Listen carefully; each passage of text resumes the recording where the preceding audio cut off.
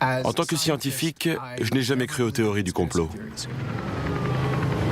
Je crois qu'Al-Qaïda est responsable des attentats du 11 septembre. Je crois qu'on a marché sur la Lune. Et je crois qu'Oswald a abattu Kennedy.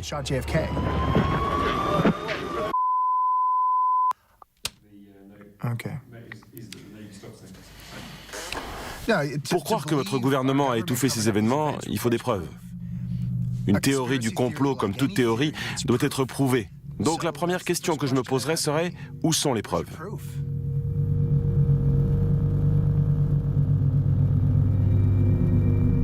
En 1997, des scientifiques de la NOAA ont enregistré un son dans l'océan Pacifique.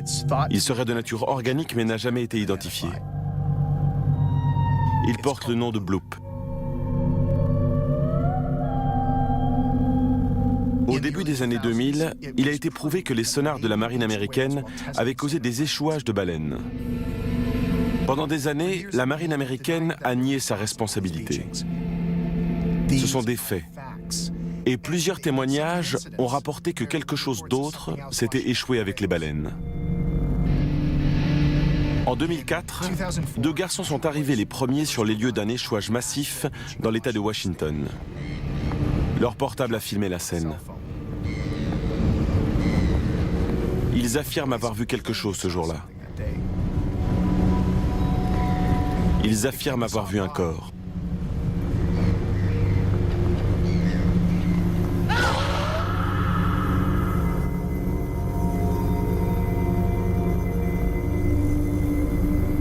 Et leur déclaration faisait état de ce corps. Le rapport officiel a ensuite été modifié et la marine a saisi les restes de ce qu'ils avaient trouvé. Je le sais parce que je faisais partie de l'équipe qui a enquêté sur cet échouage et sur les agissements de la marine américaine ce jour-là. Et je crois savoir ce qu'ils ont pris.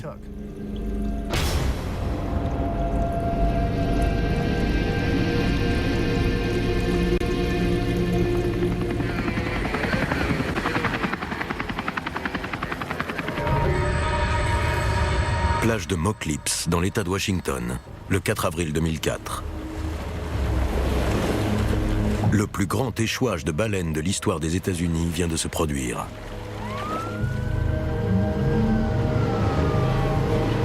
Une équipe de chercheurs de Seattle appartenant à la NOAA, l'Administration nationale océanique et atmosphérique, est dépêchée sur place pour étudier les causes de l'échouage. C'est le docteur McCormick, biologiste marin très respecté, qui dirige l'équipe. En 2000, il avait publié une étude phare qui établissait un lien entre les échouages en masse de baleines et les expérimentations d'armes soniques de la marine. La même année, le programme était suspendu.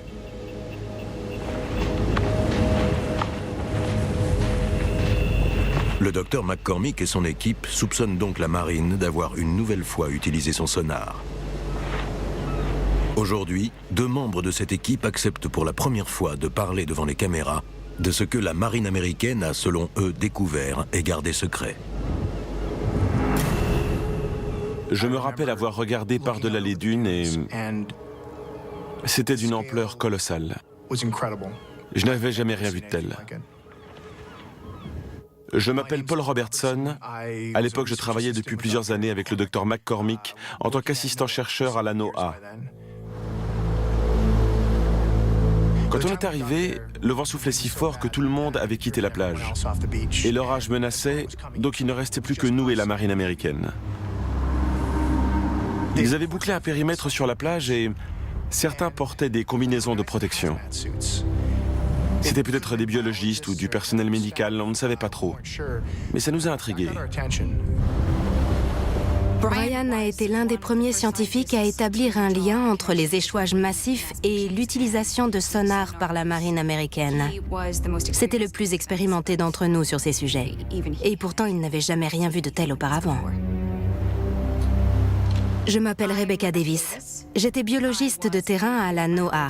J'ai travaillé dans la division mammifères marins avant d'intégrer le laboratoire du docteur McCormick en 1999. On voyait que les baleines avaient saigné des oreilles.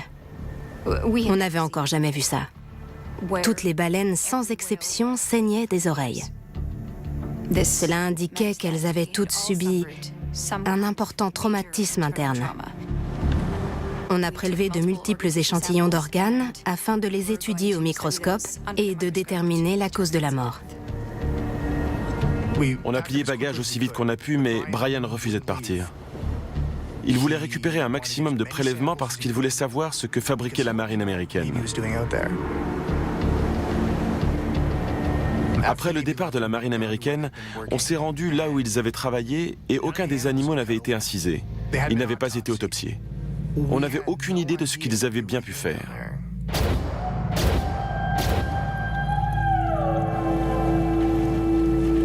Lors de précédents échouages impliquant la marine américaine, l'équipe de la NOAA avait trouvé des baleines mortes par asphyxie. L'hypothèse retenue avait été que le puissant son du sonar avait effrayé les baleines qui s'étaient alors échouées dans les bas-fonds. Sans eau pour supporter leur gigantesque masse, leurs organes internes avaient cessé de fonctionner, les asphyxiant peu à peu. L'équipe de la NOAA s'attendait par conséquent à trouver des signes de défaillance des organes internes au cours de l'autopsie. Mais ils ont trouvé tout autre chose. Quand on a analysé les prélèvements, on s'attendait à trouver des signes de trauma, comme les saignements d'oreilles le laissaient présager. Mais on ne s'attendait pas à trouver des dégâts d'une telle ampleur. Il n'y avait pas eu de défaillance des organes internes. Les traumatismes que nous avons observés résultaient de chocs violents. Il y avait des lésions circulaires, des signes flagrants d'altération, et ce, dans chacun des prélèvements qu'on avait effectués. Brian a tout de suite avancé la théorie des infrasons. Il s'agit d'ondes sonores de très basse fréquence extrêmement puissantes qui pourraient en théorie être utilisées comme une arme et avoir des effets potentiellement dévastateurs. Ces ondes heurteraient les tissus biologiques à une vitesse fulgurante et avec une force considérable. Ces analyses microscopiques ont révélé de très graves lésions causées par des impacts. Lésions qui, selon nous, avaient été occasionnées par un nouveau type de sonar militaire. Une explosion sonique qui n'avait pas seulement fait fuir les baleines vers les bas-fonds. Ce sonar semblait les avoir tuées. Et puis Brian s'est rappelé qu'on n'avait pas besoin de prélèvements pour vérifier notre théorie. On possède, enfin, la NOAA possède toute une batterie d'appareils pour enregistrer les sons, la vie marine, l'activité sismique.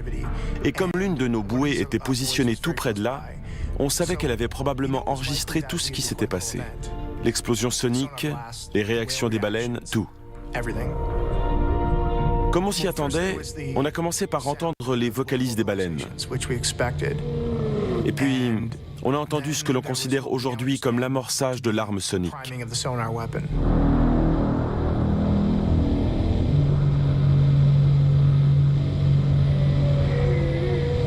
Ensuite, il y a eu un moment de silence. Ça a vraiment été le calme avant la tempête. Parce qu'après, il y a eu un énorme boom.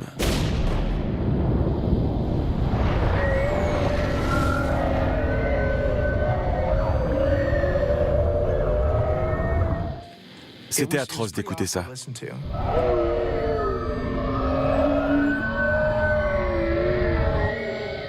Brian était tellement occupé à essayer de déterminer la provenance de l'explosion qu'il avait failli passer à côté de quelque chose.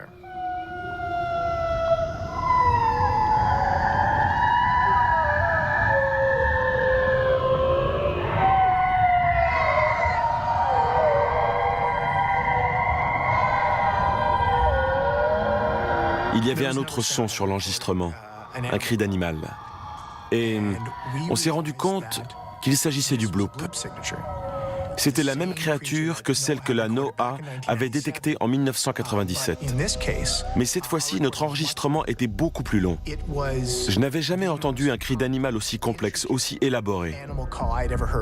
Et on n'avait aucune idée de quel animal ça pouvait provenir. Tout ce qu'on savait, c'était qu'une créature qui n'avait été entendue qu'une fois dans l'histoire de l'humanité venait de refaire surface.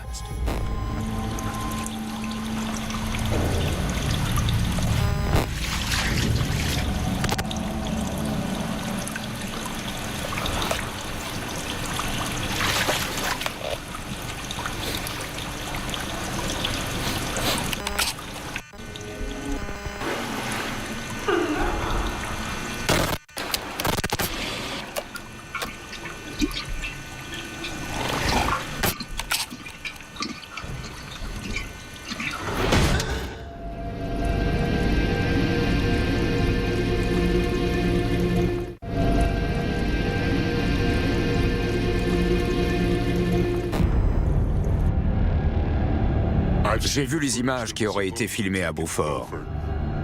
Je ne sais pas si cette vidéo est truquée ou pas. Ça n'a pas vraiment d'importance. La marine protège farouchement tous les renseignements classés secrets. Mais même eux ont dû se rendre à l'évidence. Quoi qu'ils fassent, ils ne pourront jamais empêcher toutes les fuites.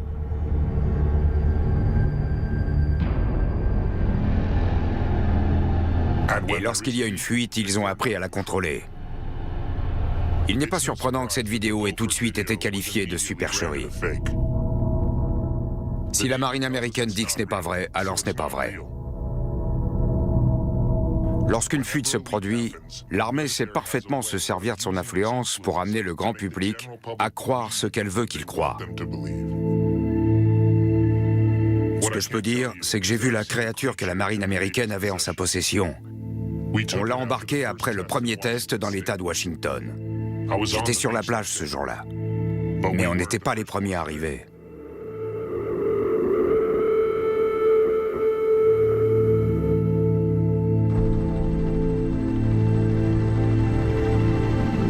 Dans les mois qui ont suivi cet épisode, l'équipe de la NOAA a dû faire face à une augmentation du nombre des échouages en masse le long des deux côtes américaines.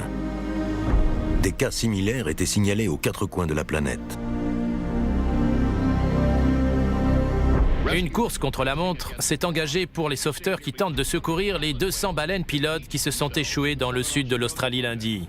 Fait très rare, nous disent les scientifiques, 6 grands dauphins se sont également échoués. C'est la 4e fois ces derniers mois qu'un incident du genre se produit dans cette région du sud de l'Australie. Les scientifiques ne s'expliquent toujours pas ce phénomène. Ça arrivait dans le monde entier, donc on suivait de près les échouages qui se produisaient ailleurs. On a prévenu les organismes maritimes de notre découverte concernant les explosions soniques. Et on a commencé à entendre parler d'autres choses. Comme quoi des corps s'échouaient avec les baleines. Le bruit courait qu'il n'y avait pas que des baleines. Et à chaque fois, les autorités étaient présentes sur place pour contrôler la situation.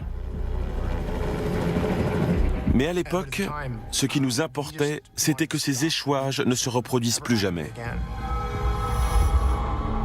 Dans certains cas, on avait fait état de la découverte de corps. Mais pas seulement. Ce n'était pas la première fois qu'on les signalait. Ce n'étaient pas des corps, mais des harpons. Des pêcheurs de haute mer du monde entier en ont trouvé durant des années, plantés dans des poissons qu'ils avaient pêchés en haute mer. Les archives de journaux télévisés allemands contiennent l'interview d'un pêcheur qui avait lui-même rencontré cet étrange phénomène. Je m'appelle Hans Bauer. J'ai grandi dans le port de pêche de Sassnitz.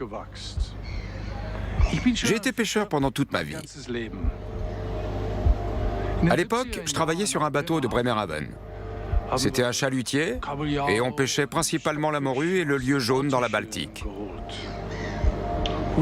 Quand j'étais enfant, j'avais entendu les histoires sur les choses bizarres qu'on retrouvait dans les poissons qui avaient été pêchés en pleine Baltique. Mais c'est en pêchant dans les eaux profondes du bassin de Bornholm que j'ai pu les voir de mes propres yeux. Parfois, on remontait nos filets et on en trouvait. Des poissons qui venaient d'être tués. Des poissons avec des harpons plantés dans le flanc. J'en ai vu plusieurs fois dans ma vie. Un jour, j'avais apporté mon appareil photo.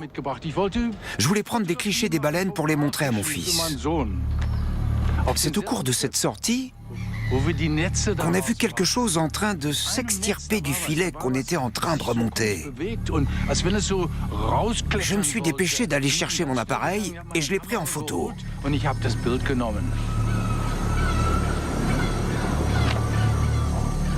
Selon moi, c'était cette créature qui fabriquait les harpons. Je pense qu'on l'avait dérangé en pleine pêche.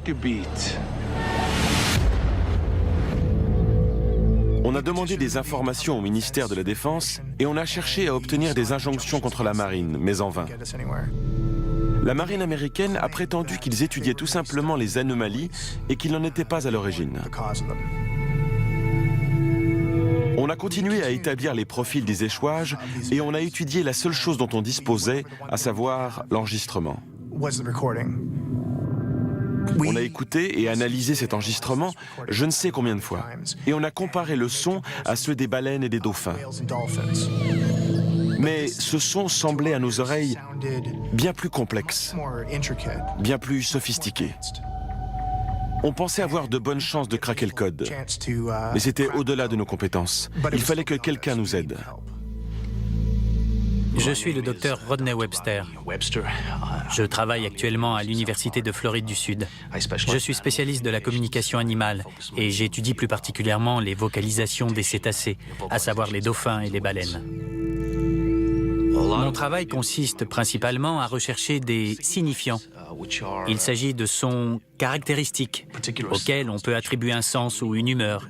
C'est ce que vous et moi appellerions des mots, donc ce sont les mots des dauphins. Ce qui rend l'enregistrement de 2004 si intéressant, c'est que j'ai pu identifier des centaines de signifiants et les classer en structures reconnaissables. En 30 ans d'études sur les dauphins et les baleines, on n'avait jamais récolté ce genre d'informations. Mais les découvertes du Dr Webster ne s'arrêtent pas là. J'ai remarqué qu'il y avait des variations de tonalité dans le bloop à certains moments de l'enregistrement. Alors j'ai effectué une analyse spectrographique et, dans les fréquences qui dépassent la gamme audible du champ auditif humain, voici ce que j'ai trouvé. Là, c'est à vitesse réelle. On a supprimé les sons des baleines. J'ai ensuite ralenti l'enregistrement jusqu'à ce qu'il devienne audible pour l'oreille humaine. Voilà ce que ça donne au tiers de la vitesse réelle.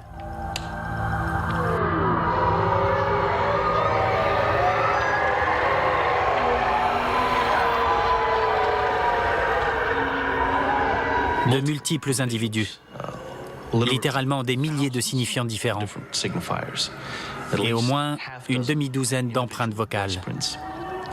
Donc, ce que vous voyez ici, c'est un langage. Ils sont en train de se parler.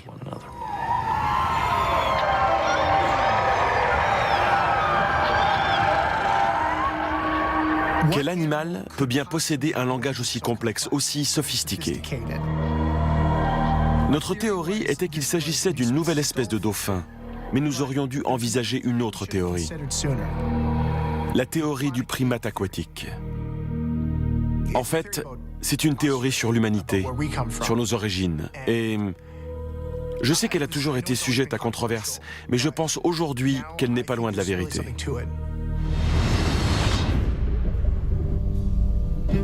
Pourquoi sommes-nous si différents des autres animaux terrestres?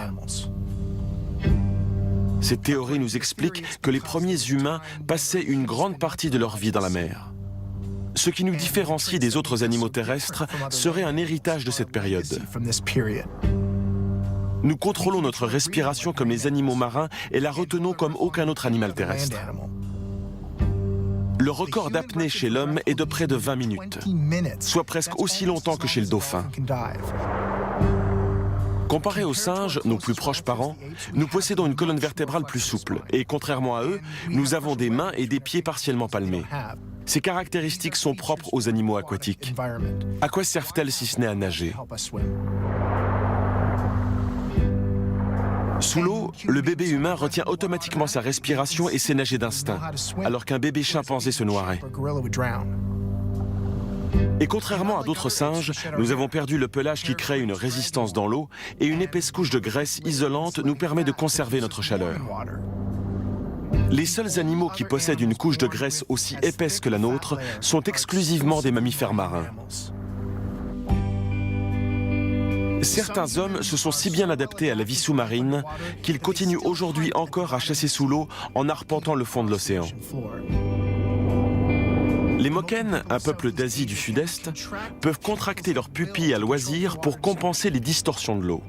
Sous l'eau, ils voient aussi clairement que s'ils portaient un masque. Et dans certaines régions du monde, les hommes sont si habiles dans l'eau qu'ils peuvent attraper le poisson sans hameçon ni filet. Tout en possédant ces attributs propres à la vie aquatique, certaines caractéristiques très communes chez les animaux terrestres nous font défaut. Nos larmes et notre sueur sont salées. Le sel et l'eau sont des ressources précieuses. Certains animaux terrestres disposent de moyens efficaces pour les conserver et pas nous. Pourquoi? Parce qu'à une certaine période, notre évolution s'est déroulée dans la mer. Bien sûr, cela reste une théorie, mais la transition de la terre à la mer s'est déjà produite. C'est scientifiquement prouvé. Les orques ont eu un ancêtre proche du loup il y a des millions d'années, et il existe des exemples plus récents. Il y a 150 000 ans, soit très récemment sur l'échelle de l'évolution, un groupe d'ours bruns s'est séparé du reste de sa lignée et a évolué en une nouvelle espèce. Ils sont devenus des ours polaires. Les ours polaires sont capables de retenir leur respiration pendant plusieurs minutes sous l'eau. Leurs pattes avant sont même devenues palmées afin de les aider à nager. Ils sont en train de devenir des mammifères marins sous nos yeux. Et si cela arrive aux ours polaires aujourd'hui, pourquoi ça ne serait pas arrivé à l'homme à un moment donné de son évolution ?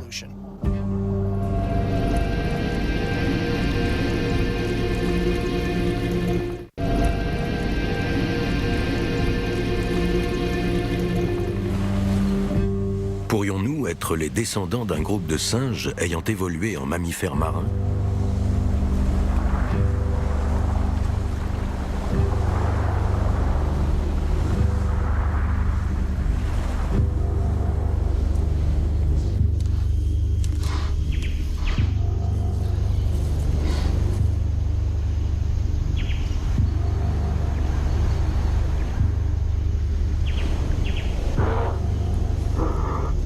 Certains scientifiques pensent que nos ancêtres ont quitté la forêt pour la mer.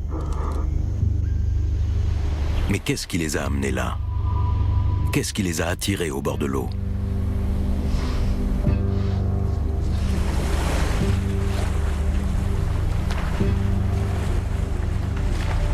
La nourriture.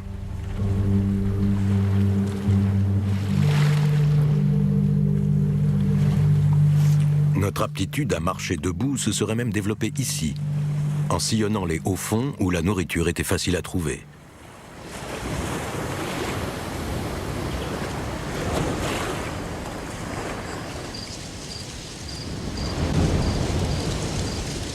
Les arbres avaient été notre berceau et nous serions désormais façonnés par la mer.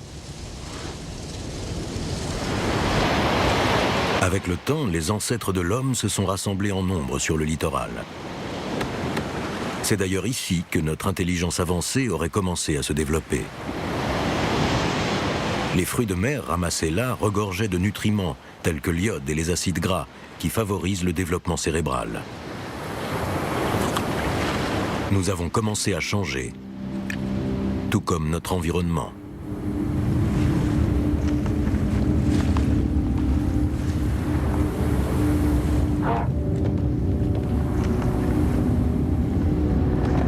Des séismes, l'activité volcanique sur le littoral, la côte est de l'Afrique serait bientôt engloutie par la montée des eaux. Certains de nos ancêtres se sont retranchés dans les terres, conservant des attributs développés durant cette période aquatique de leur évolution. D'autres ont pris une direction différente.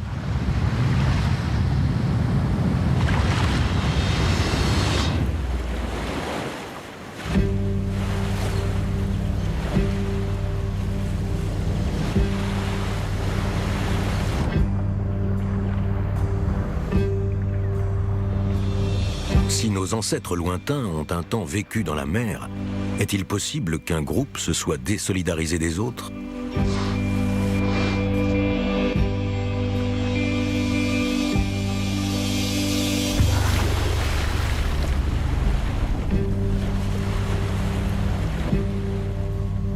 Et plutôt que de sortir de l'eau, a-t-il pu y élire domicile ?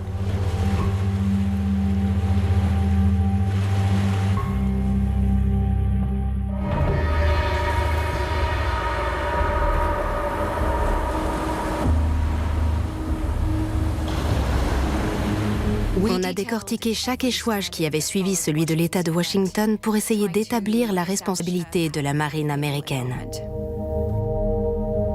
On pensait que si on parvenait à prouver que ça avait des répercussions sur une nouvelle espèce, on aurait de l'influence, on pourrait contraindre la marine américaine à révéler ce qu'il faisait et peut-être à y mettre fin. On avait de solides preuves circonstanciées, mais il nous en fallait davantage. Et c'est l'échouage en Afrique du Sud qui nous en a donné. Cet échouage nous intéressait particulièrement, car nos collègues sud-africains avaient eux aussi effectué un enregistrement.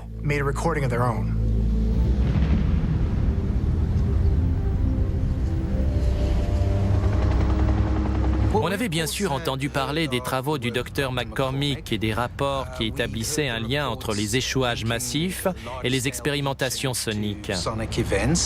On était également au courant des rumeurs qui disaient que ces expérimentations avaient pu avoir des effets néfastes sur une espèce encore inconnue.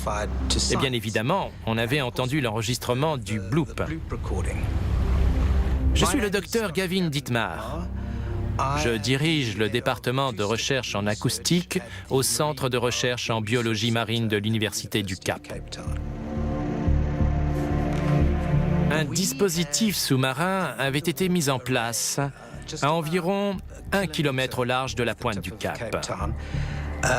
C'était dans le cadre d'un programme de recherche destiné à étudier les populations de baleines à différentes périodes de l'année. C'est pourquoi on a contacté le docteur McCormick. On avait la conviction qu'on avait découvert la même chose.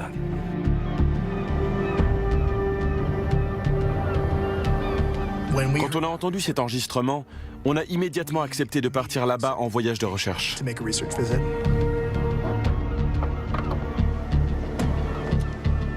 On est arrivé environ 40 heures après l'échouage. Et une fois encore, on n'était pas les premiers.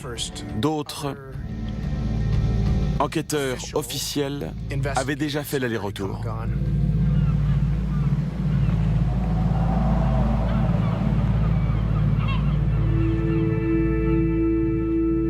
L'échouage sud-africain était le plus important depuis celui qui s'était produit dans l'État de Washington. Et là encore, on observait le même type de traumatisme dû au sonar.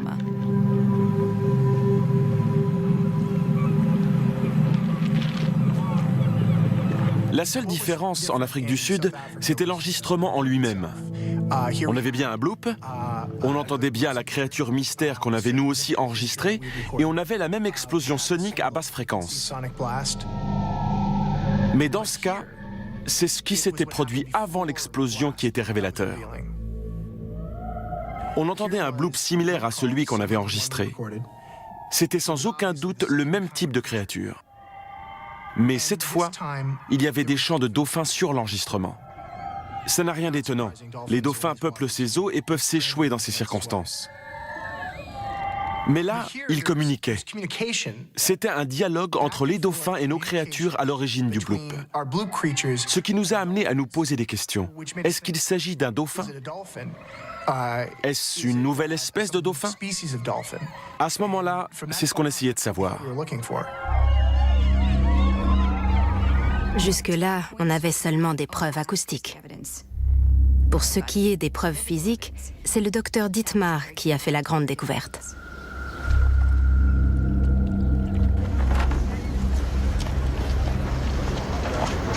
C'est juste un grand requin blanc.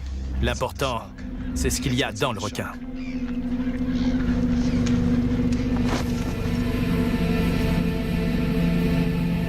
C'était une vraie boucherie, et ça sentait terriblement mauvais. Certaines parties avaient l'air de provenir d'un dauphin, d'autres d'un phoque. Mais d'un phoque ou d'un dauphin qui nous était totalement inconnu. Et il y avait également d'autres parties de corps qu'on était incapable de reconnaître. Et immédiatement, on s'est dit « jackpot ». On n'avait jamais vu ça. C'était une nouvelle espèce.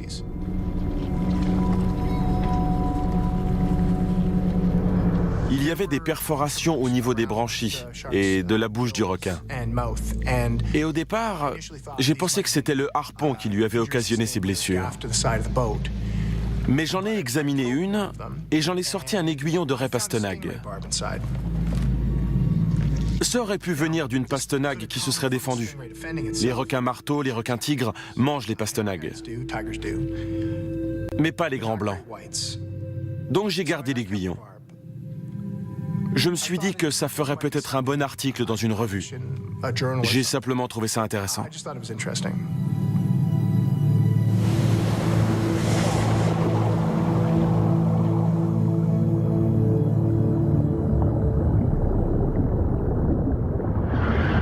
Voilà 1 million d'années que les primates aquatiques ont rejoint la mer. Ils sont désormais mieux adaptés à leur nouveau monde.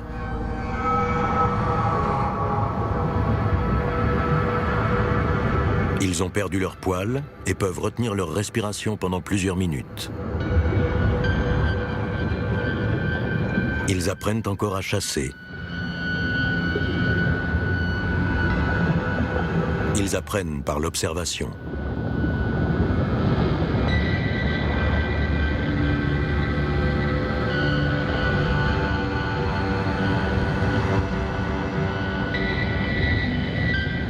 Soudain, les dauphins se dispersent.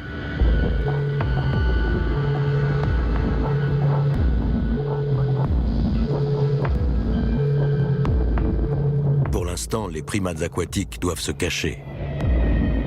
Mais un jour, ils apprendront à se défendre contre les dangers qui les guettent dans leur nouvel environnement.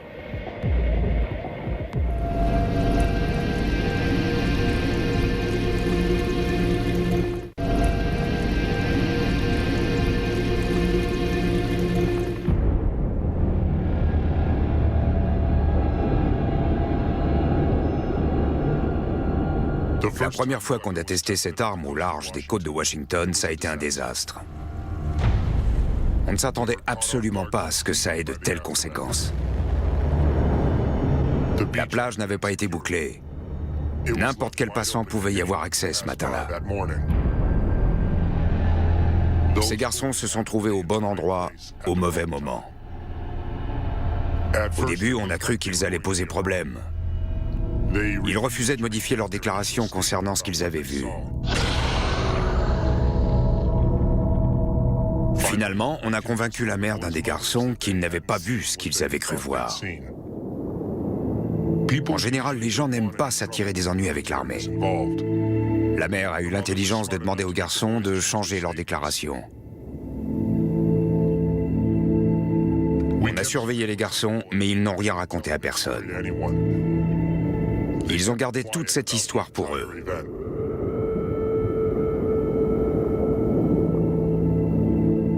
Après ces premiers essais, on a sécurisé absolument toutes les plages. Plus personne ne découvrirait quoi que ce soit.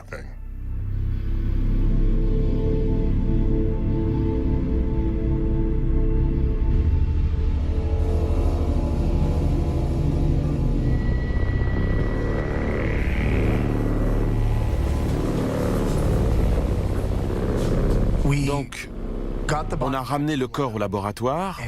Les restes étaient en très mauvais état. On avait récupéré 30% du corps, donc ça allait être difficile de le reconstituer. Dans un premier temps, on a effectué des prélèvements d'ADN pour tenter d'établir son profil génétique. On a commencé par étudier la cage thoracique, et il se trouve qu'elle était articulée. Certains mammifères marins ont développé au cours de leur évolution une cage thoracique souple qui leur permet de plonger. La nageoire caudale était la partie la mieux préservée. On aurait dit une nageoire de lamantin. On s'est demandé si ça ne pouvait pas être ça. Une espèce relicte ou bien un parent inconnu de cet animal. On a fait une radio. La nageoire caudale comportait des os, alors que celle du lamantin n'en a pas. Donc on s'est demandé, mais qu'est-ce que ça peut bien être? Le crâne était très endommagé. Il en manquait la moitié. Mais on disposait d'une partie importante, à savoir un fragment de l'os frontal. Il comportait un orifice, mais qui n'était pas une lésion. On a supposé qu'il s'agissait d'un évent. On a fait des moulages des fragments de crâne qu'on a envoyés à un expert médico-légal. Ensuite, on a examiné le bassin. Il y avait des restes d'os de jambes. Les phoques ont bien des os de jambes, mais ceux de leurs cuisses sont courts. On voyait bien que chez notre spécimen, ils étaient longs. Donc, cette créature n'est pas un phoque. Ça n'est pas un lamantin. Et bien qu'elle communique avec les dauphins, ça n'est pas un dauphin. Du moins, pas d'après nos constatations. Alors quel animal serait assez intelligent pour communiquer avec les dauphins? Qu'est-ce que ça peut bien être?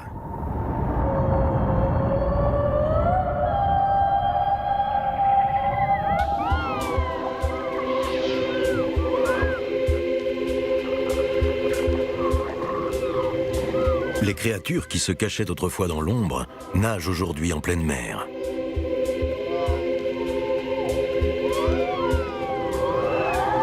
Et elles ne vivent pas seules ici. Elles ont noué des liens avec une autre espèce intelligente, des liens d'amitié.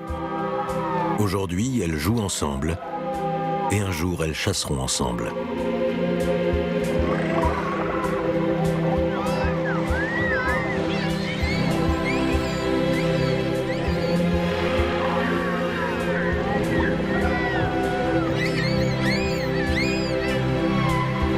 Leurs ancêtres dormaient dans les arbres.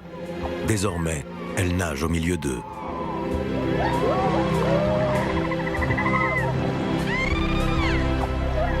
Bientôt, la transition sera achevée. Comme les dauphins, elles appartiendront au royaume de la mer.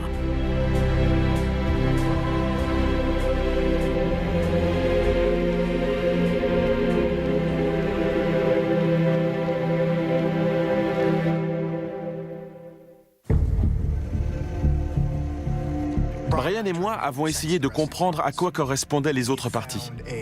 On avait trouvé un os qui n'appartenait pas à cet animal. Il y avait des marques sur toute la longueur et une petite encoche taillée à son extrémité. Comme on n'avait aucune idée de ce que c'était, on l'a mis de côté afin de l'étudier ultérieurement. J'ai commencé à travailler sur les phalanges. Il s'agit des os qui servent de support à la structure des nageoires chez le phoque ou encore chez le dauphin. Et il s'est avéré qu'il était impossible de disposer ces os dans une telle configuration. Et ce n'est pas tout. On a découvert que cet animal avait lui aussi été victime du sonar de la marine. Pour l'équipe de la NOAA, plus de doute. Les essais de la marine américaine avaient des effets destructeurs sur les baleines, mais également sur une nouvelle espèce. La physiologie de l'animal a quant à elle révélé des indices sur son comportement. Bien qu'endommagée lors de l'attaque des requins, une rate volumineuse a été découverte. De nombreux mammifères marins ont une rate volumineuse qui stocke l'oxygène lors des plongées en eau profonde. C'est comme s'ils avaient une bouteille de plongée intégrée. Cette évolution permet de plonger en profondeur pour trouver à manger.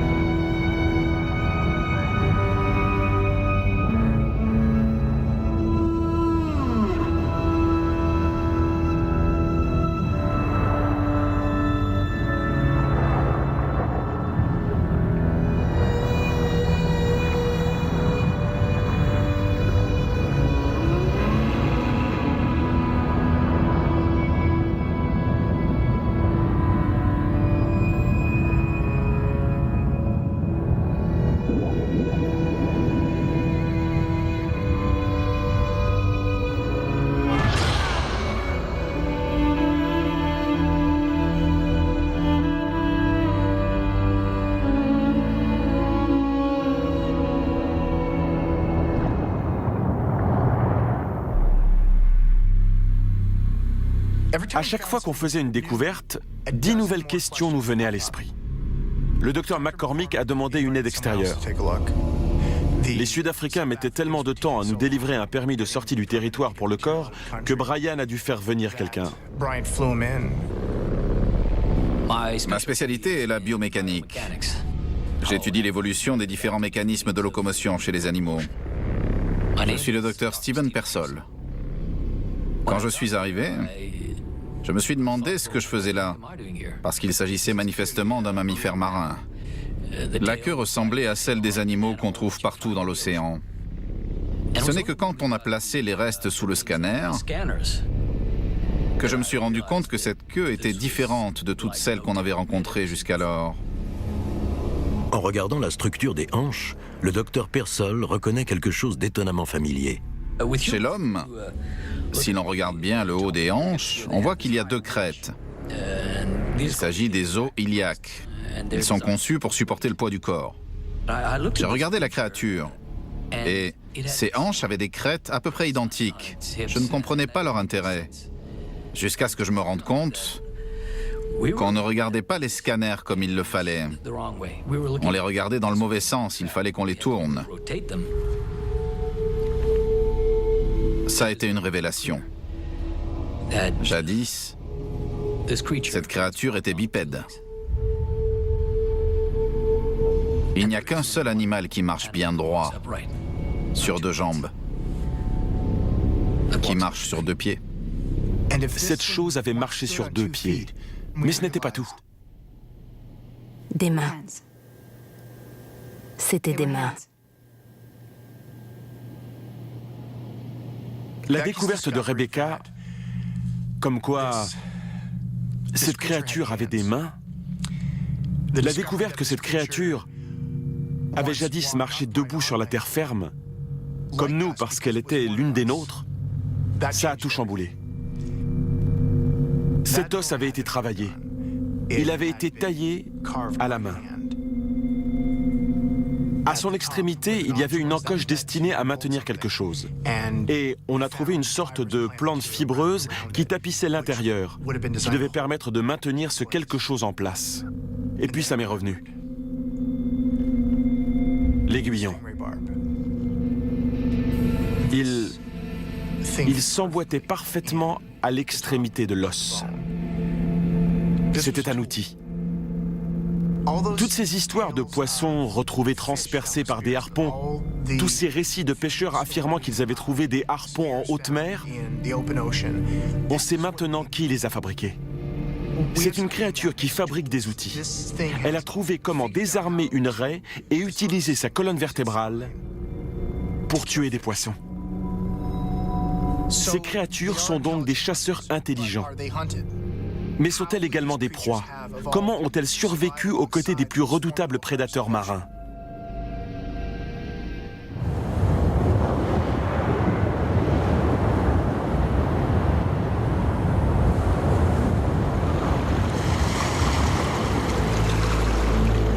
La Terre, recouverte de glaciers, comme elle doit leur sembler froide et étrangère à présent.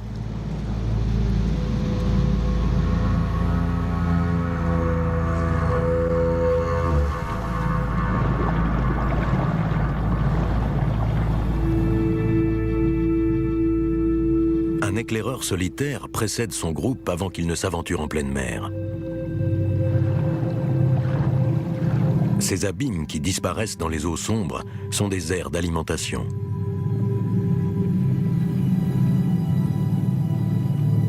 Les baleines se retrouvent ici.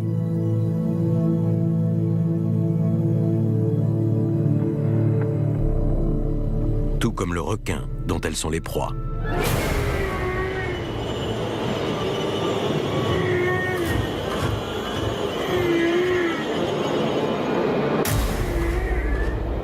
Le mégalodon, un requin de la taille d'une baleine. Un requin qui se nourrissait de baleines. Il y a 1,5 million d'années, ces créatures devaient affronter le plus grand monstre qui ait jamais régné sur les mers.